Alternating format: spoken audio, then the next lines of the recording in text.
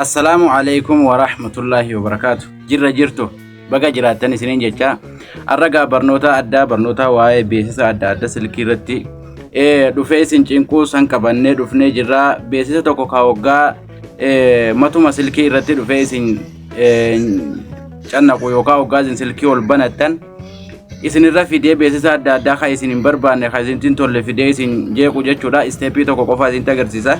Isteepiin sun baay'ee kan jabaadha. Dhaqaatii sirreeffadha isiniin jecha ammaan tana mallattoo siitingii keessanii irra tuqattanii mallattoo siitingii irra gadi tuqattanii waggaa mallattoo siitingii irra gadi tuqattan kuno connectation bakka jedhu mallattoo waayifaatu jira jechuudha. Mallattoo waayifaa sanirra yeroo tokkoof gadi tuqattan jechuudha.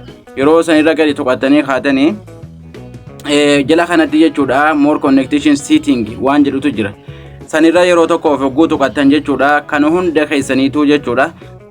Privacy DNS irra jira jechuudha laal. Kanaafu san bakka san jechuudha malee duba irra tuttanii automatically irra jira jechuudha. Keessan hunda automatically irra jira waan ta'eef gara jechuudha ofiitti ol jijjiirtanii jechuudha.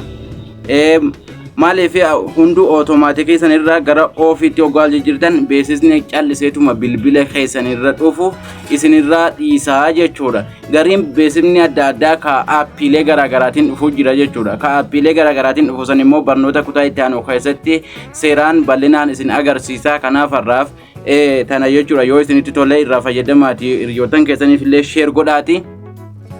Subscribe channel kana godhaa isiniin jenna. Salaamullahi alaikum.